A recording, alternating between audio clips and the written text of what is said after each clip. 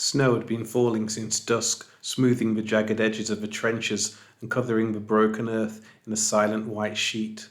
It was Christmas Eve 1914, and the men of the British Expeditionary Force huddled shoulder to shoulder in the chill darkness, their breath rising in white clouds as they tried to keep warm.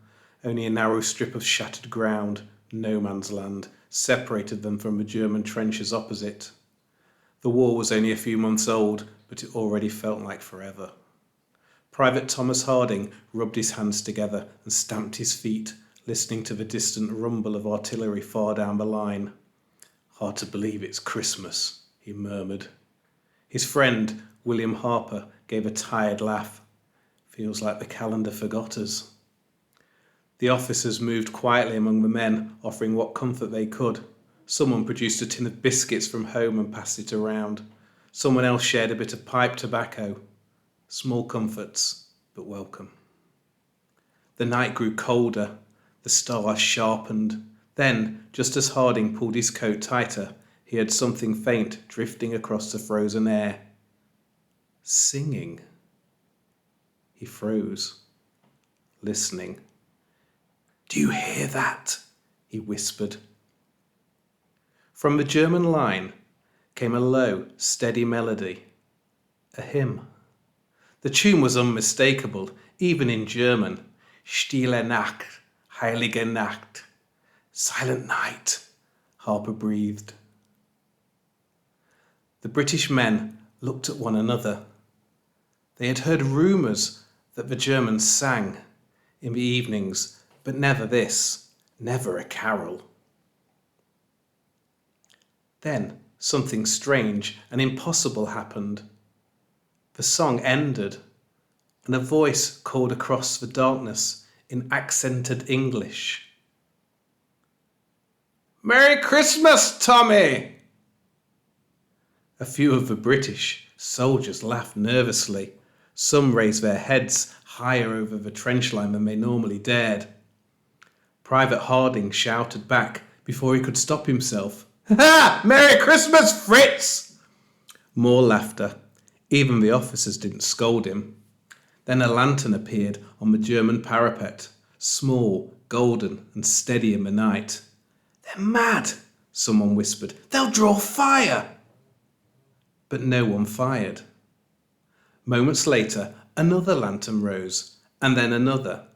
And somewhere to Harding's left, a British soldier began to sing in answer.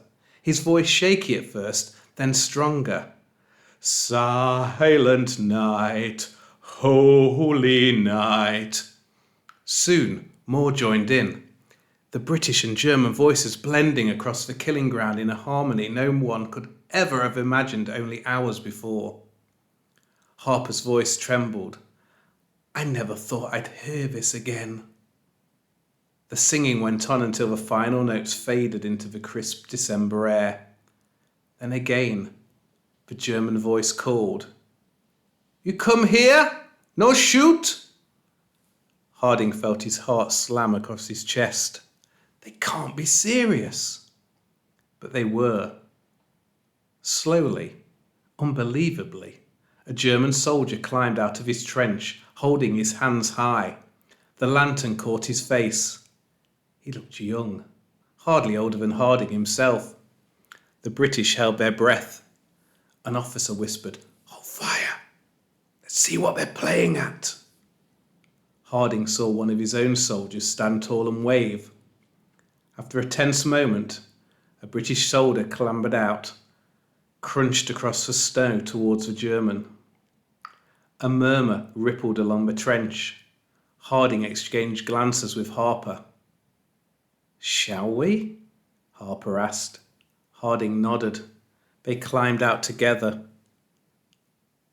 The cold hit them instantly, a sharp bite of winter air, but neither man cared.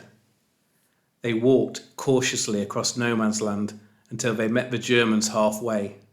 First one handshake, then another, then smiles, nervous laughter. Someone produced a tin of chocolate. Someone else offered a cigarette.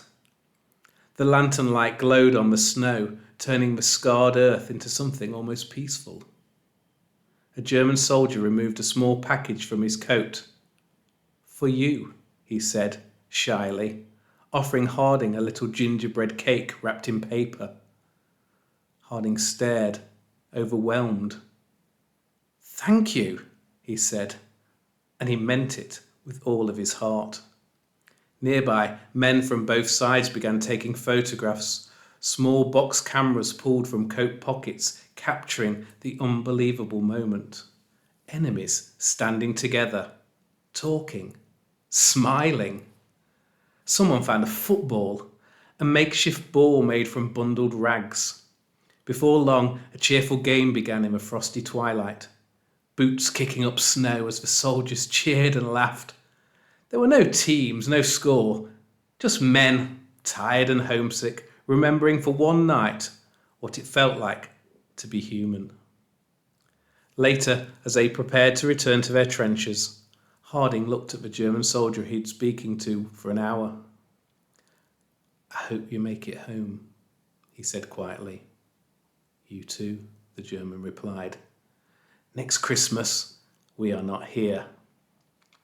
Harding swallowed hard and nodded. Next Christmas.